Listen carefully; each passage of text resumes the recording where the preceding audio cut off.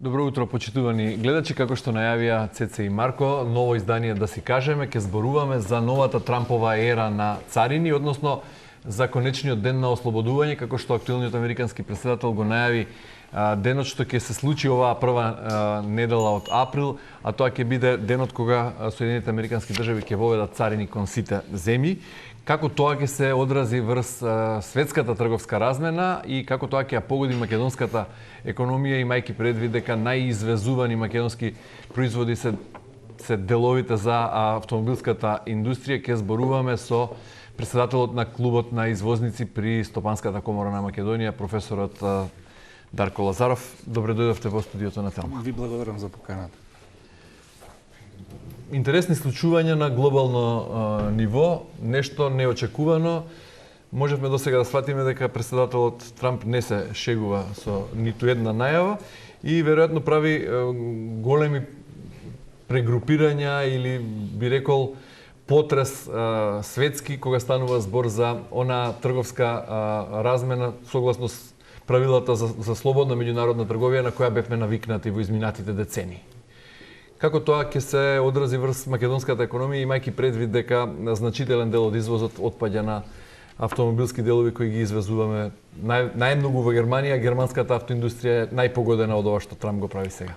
Добро, како што кажавте вие, има одредени, да речам, промени во дискурсот на глобалната трговија, како резултат на најавите и делувањата на администрацијата на новиот претседател на Соединетите американски држави во делот на воведување на протекционистички мерки, воведување на царини и така натаму. Мотивот е да се заштити американската економија, односно да се намали трговскиот дефицит кој што хронично го генерира американската економија во однос на трговската соработка, посебно со Кина, таму некаде околу 300 милиарди евра тој трговски дефицит, и со Европската унија кој што е значително помал, некаде околу 50 милиарди евра е тој трговски дефицит кој што го има сад со Европската унија. Меѓутоа, она што треба да имаме на уме дека овие, да речам, промени и случувања на геополитички, односно економски и трговски процеси ќе имаат негативно влијание врз целокупната светска економија.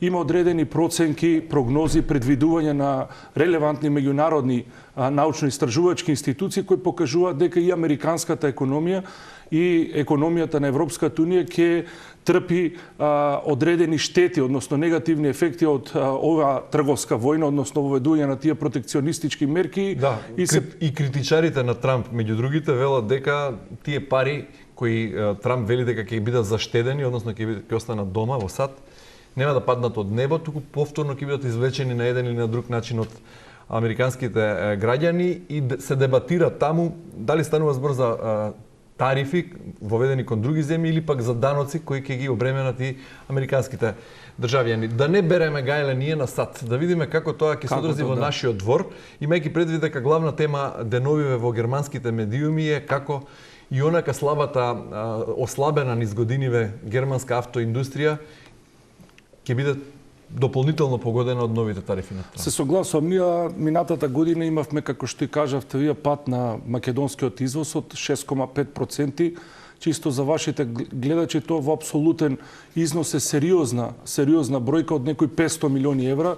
Ако вредноста на извозот во 2023 да беше некаде од прилика околу 8,3 милиарди, во 2024 завршивме со некаде околу 7,8 милиарди, како што кажав, околу 500 милиони евра помала вредност на македонскиот извоз. Како што рековте вие, а во апсолутна бројка сериозна сума, помал прилив на девизи во земјава во однос како извоз. Сега, тука уште една работа треба да имаме во предвид дека имаме недостаток на 500 милиони евра прилив по однос на намален извоз, меѓутоа имаме и намалување на вредноста на увозот.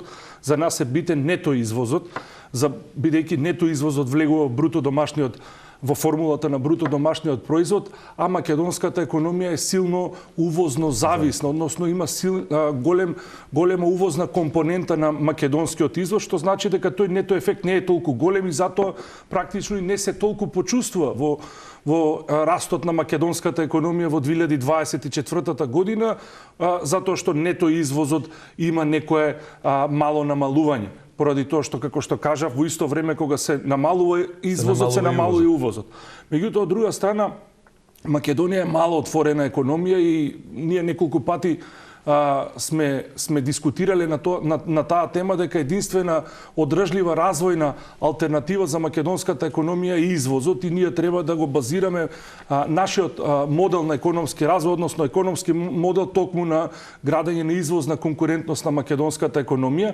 Овие се лоши времиња за македонскиот извоз, имајќи во предвид дека ние сме прво силно зависни од германската економија и второ во структурата на македонскиот извоз доминантно учество има автомобилската индустрија, односно производство на компоненти и делови за автомобилската индустрија, што значи дека македонскиот извоз и во 2025 година ќе биде сериозно погоден од овие случувања на глобално ниво. Само уште малку дополнување, вкупниот обем според податоци на Државниот завод за статистика од надворешната трговска размена, Македонија најмногу тргува со Германија токму, најголемиот процент отпаѓа таму, па Велика Британија, Грција, Кина и Србија. Зборувам за податоци за 2024 година. Од друга страна, она автомобилска индустрија во земјава, односно оние фабрики кои произведуваат компоненти и други делови за автомобилската индустрија, вработуваат околу 30.000 луѓе.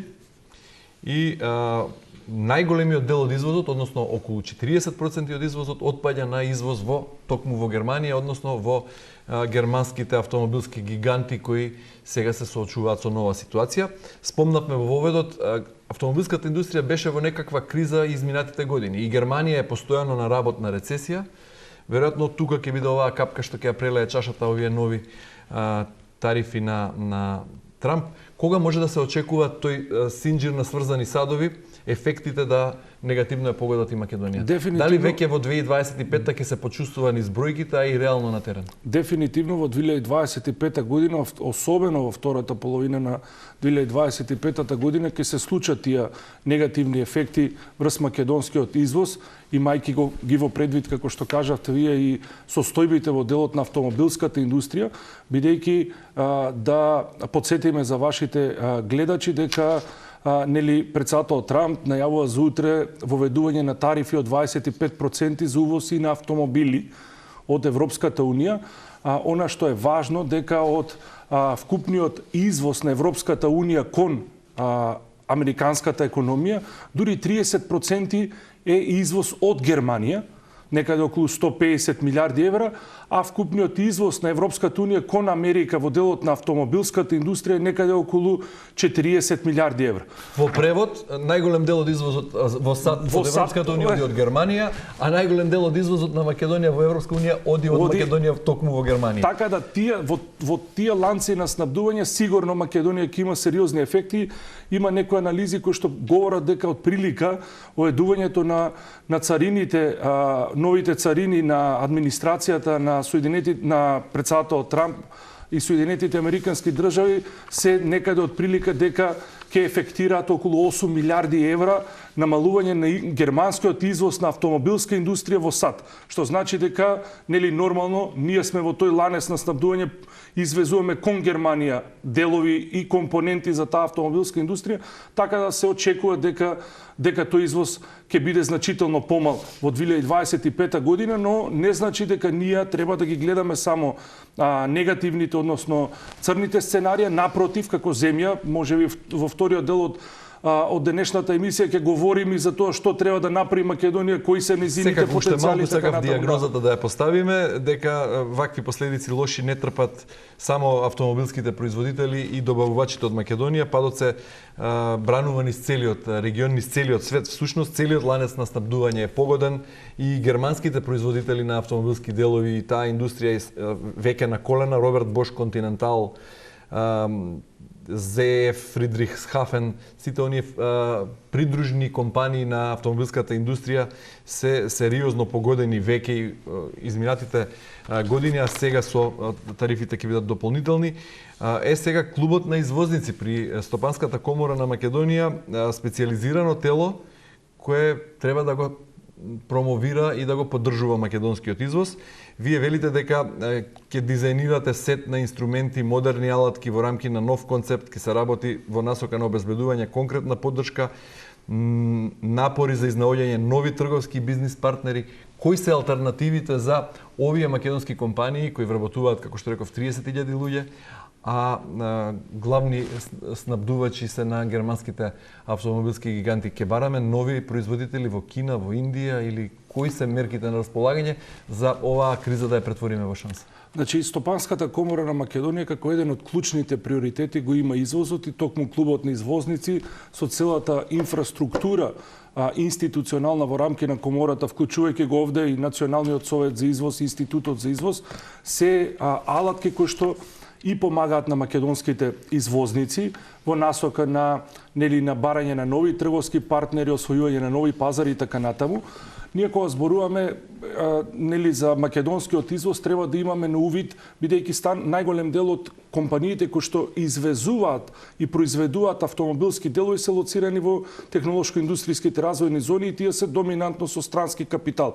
Меѓутоа, ние треба во наредниот период, особено во овој период, да се фокусираме и на конкурентноста на македонските домашни компании во другите сектори, вклучувајќи го примарно земјоделие, прехранбена индустрија, металопреработувачка индустрија, машинска електроиндустрија, фармацевска индустрија и така натаму. Има лепеза на сектори и дејности во кои ние можеме да градиме компаративни конкурентски предности. Мислам дека во наредниот период треба да се фокусираме точно во таа насока, како да и помогнеме на македонските домашни извозни компании во освојување на нови пазари.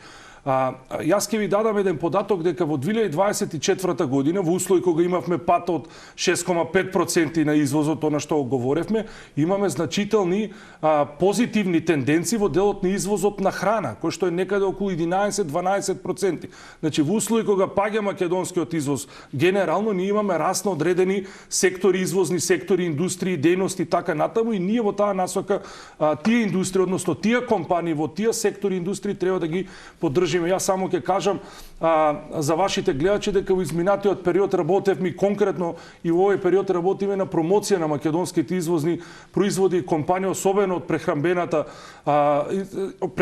индустрија, земјоделскиот сектор, во делот на настап на меѓународни сајми. Бевме на Food Expo во Атина, наредниот период ќе одиме на Food Expo во Кина, Food Expo во Истанбул, во Словачка и на други сајми до крајот на годината, на Food Expo во Абу Даби, така да даваат резултати овие сајми? Даваат секако, затоа што таму се присутни голем број на потенцијални трговски партнери на македонските компании.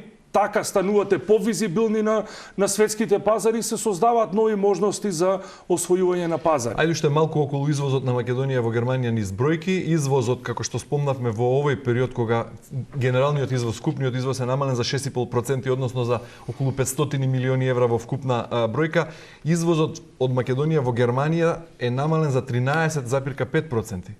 Значи значителен пат. Во вкупна бројка, во апсолутна бројка би значило тоа околу 350 милиони. Значи, речи си повеќе од половина од онаа вкупна бројка на намален извоз. При тоа паѓа извозот и во другите трговски партнери, Велика Британија, Грција, значи генерален е падот. Велите, се фокусирате на другите сектори, прехранбена индустрија ви е во фокусот. Имам впечаток дека целиот свет е на некој начин затекнат од овие нови правила на игра кои ги диктира САД. Меѓутоа, имате ли чувство дека македонската држава знае што прави, има стратегија за ова или делуваме од ден во ден? Не ни оди сега со автомобилската индустрија, па еве бараме во прехранбената индустрија некој пат да извеземе нешто повеќе. Имаме ли државна стратегија и може ли во таа смисла државата, односно владата, креаторите на политики да направат нешто посериозно? Како го оценувате тоа? Видете, Стопанската комора на Македонија и клубот на извозници во изминативе неколку месеци активно разговара со владата и со креаторите на економски политики. Всушност пред неколку месеци беше формиран и Националниот совет за извоз. Тоа е тело на јавен приватен диалог, каде што на една страна се креаторите на економските политики, предводени лично од премиерот, и од друга страна се представниците на бизнис секторот, односно и на извозните компании од различни дејности и индустрии. Токму преку таа форма, преку таа платформа на јавен приватен диалог дискутираме активно за одредени сет на мерки кои што треба да се преземат на краток, на среден, но и на долг рок. На краток рок треба да се обидеме да видиме колку можеме да амортизираме од оваа негативна состојба кој што е базирана на фактори на кои што ние директно не може да влијаеме. Меѓутоа, во истовремено треба да се насочиме и кон и дискутираме активно на тие во однос на тие прашања. Се уште сме во фаза на дискутирање или имаме нешто конкретно? Бидејќи велите во однос на краткорочните мерки не можеме многу да промениме, бидејќи сме затекнати и не зависи од нас. Што се оние среднорочни и долгорочни мерки? Имаме ли нешто конкретно како план и стратегија? Еве сега ќе ви кажам, во делот на краткорочните мерки веќе и ова што го споменав претходно, планот за извозна промоција во делот на организирано настапување на наши компании на меѓународни сајми на некој начин не поддржано од државата, поточно од Министерството за земјоделие, меѓутоа разговараме конкретно за додефинирање на одреден буџет во рамки на 2025 година за настап на сајми на наши компании во другите дејности, во индустријата за мебел, во металопреработувачката индустрија и така натаму, се со цел да македонските производи станат повидливи, попрепознатливи на странските пазари, македонските компании да можат да воспостават трговски релации, односно бизнис релации со потенцијални увозници, односно купувачи од другите земји. Тоа е нешто што можеме да го направиме на краток рок. Вториот дел од мерките за кои разговараме е поврзан со извозната конкурентност и со поддршка на инвестициите во делот на технолошки развој, подобрување на производните капацитети, техничко-технолошките капацитети, кадровските, организацијските капацитети на македонските компании, бидејќи да признаеме тие се на пониско технолошко ниво на развиеност во однос на земјите од Европската унија, во однос на конкурентите на глобално ниво. И третата група на прашања за кои разговараме активно со државата е во делот на подобрување на бизнис, односно институционалните услови за водење на бизнис и извоз. Но се е ова теоретски и така убаво звучи како план на хартија. Што конкретно се случува освен овие поддршка на учество на сајми, излагачи надвор, барем јас не можам да добиам како одговор во оваа фаза и во таа смисла ве прашувам кога фабриките кои произведуваат луксузни марки на автомобили како Порше, Мерцедес се во сериозна криза и се сериозно загрижени, кога една Германија како економски европски джин е сериозно загрижена, што ни останува нам како мала увозно зависна земја?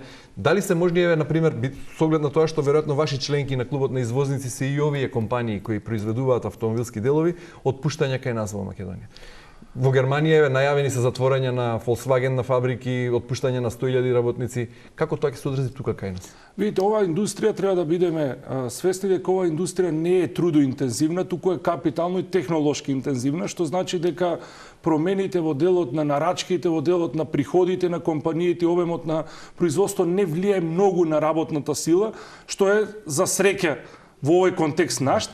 Меѓутоа, дефинитивно, ако има сериозни сериозни намалување на нарачките на овие компании кон нивните компании во германската економија, може да има одредени намалување на бројот на вработени во овие компании. Меѓутоа, јас очекувам дека во овој прв бран, односно во оваа прва фаза, нема да има некои позначителни турбулентни движења во делот на пазарот на трудот, кога станува збор за намалување на извозот. Еве, само да подсетиме она што се случуваше минатата година, ние имаме сериозен пад во апсолутен износ, меѓутоа немаме големо намалување на бројот на вработени, особено во тие компании. Но пак ќе повторам, неколку пати сме говореле на таа тема, да, во еден сегмент извозот на компаниите од технолошко-индустријските развојни зони амортизира одредени слабости на македонската економија во делот на конкурентност.